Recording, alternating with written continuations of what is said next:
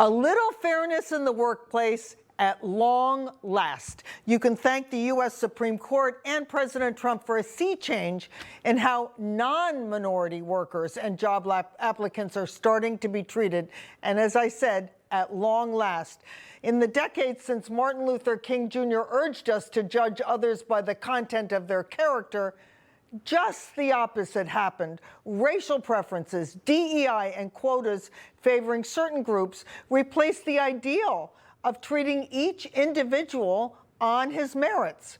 The average white man or woman has been getting the shaft in corporate America, in college admissions, even in becoming a government supplier. But now, positive change is occurring, and here to discuss that change are former federal prosecutor Doug Burns and senior contributor at The Federalist, Ben Weingarten. Thank you both for joining us. My pleasure. Thank you. So let's start with the Supreme Court ruling in Ames v. Ohio. A white heterosexual woman sued the Ohio Department of Youth Services, claiming that after many years, I recall it was 17 years, of positive performance reviews, she lost out in a promotion and then was actually demoted, in both cases to be replaced by a member of the LGBTQ plus group. So tell us more. Doug, start with you. Let's give us more insights on this.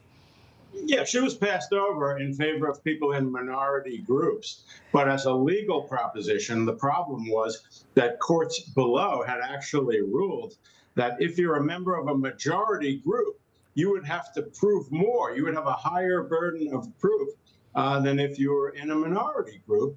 As Chief Justice Roberts famously said, you don't combat discrimination by engaging in further discrimination, which is reverse discrimination. So the point is, I'm all in favor, obviously, of combating discrimination. But the way you do that is not to say that, okay, you, the plaintiff in the Ames litigation, you're in a majority group. So the burden of proof is different than if you were in a minority group. To me, it's crystal clear, and the opinion was very clear. It was really, and you know what was so exciting about this opinion? Unanimous, right? Yep. The most liberal members of the court voted with the most conservative members. The opinion was actually written by Judge Ketanji Brown Jackson, who herself was considered by many a DEI pick. So this was a very powerful ruling.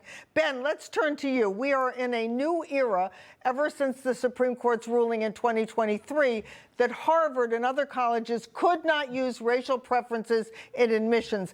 That ruling reverberated not just through colleges, but through the entire workplace. So tell us a little bit more about what's happening in corporate America. Well, first of all, everyone should check out your piece on this in the New York Post, which I think lays out quite well what's going on in the courts and then trickling down to civil society. Look, the Harvard Supreme Court case ultimately, if followed through to its natural conclusion, would be the death knell of discrimination in the workplace and in a slew of other areas of public life, because to Doug's point, it's about ensuring that we don't discriminate irrespective of what group you are in. And of course, the most precious and smallest minority, and this is something that's hammered home in this Ames case that the Supreme Court just decided, is the individual. And we are supposed to judge individuals on their merits, not on characteristics that have nothing to do with what they bring to the table. So the Harvard case says you can't discriminate on the basis of race. You can't have essentially affirmative action quotas in schools. But if applied to workplaces, if applied to every other aspect of society, and if there is enforcement, particularly from the federal government, and you have plaintiffs bringing suit, this will cause a massive sea change. And we may look back on the era of every single Fortune 500 company under the sun having a DEI website and promoting de facto, if not de jure, discrimination as just the updated version of what existed in the 19th century. It's wrong no matter who you're discriminating against. Judge people on their individual merits and their talents and their ambitions. And you know, it's so exciting to see what's happened, I would say, in the last 6 months, when so many of these major financial institutions and other employers have literally just removed words like DEI from their websites, removed these specific quotas. We're going to have 30% minority in top jobs by a certain year. All of which had sent a message to young people graduating from high school or college, well, I don't have a chance of getting a job there because I'm not a member of a minority. Doug?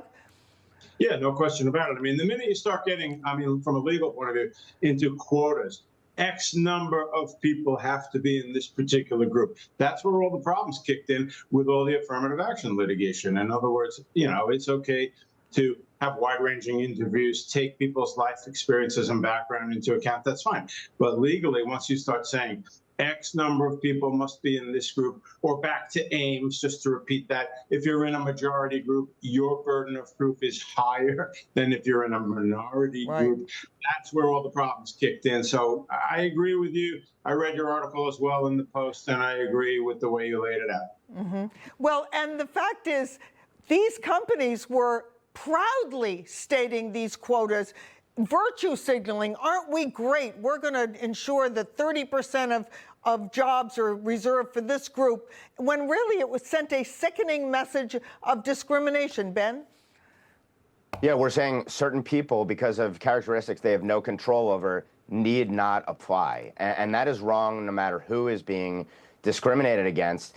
And at the end of the day, this is what the anti-racist so-called ideology is about. It's about racism to correct purportedly past racism. And at the end of the day, to socially engineer society so that the outcomes proportionally reflect what the different groups are. That is simply antithetical to the American credo. And ultimately, it undermines both the beneficiaries, purportedly, and the people doling out the benefits as well. That's not how society should work. And it hurts everyone at the end of the day. We're on the way to a more level playing field. Thank you, Doug Burns and Ben Weingarten. My pleasure. Thank you.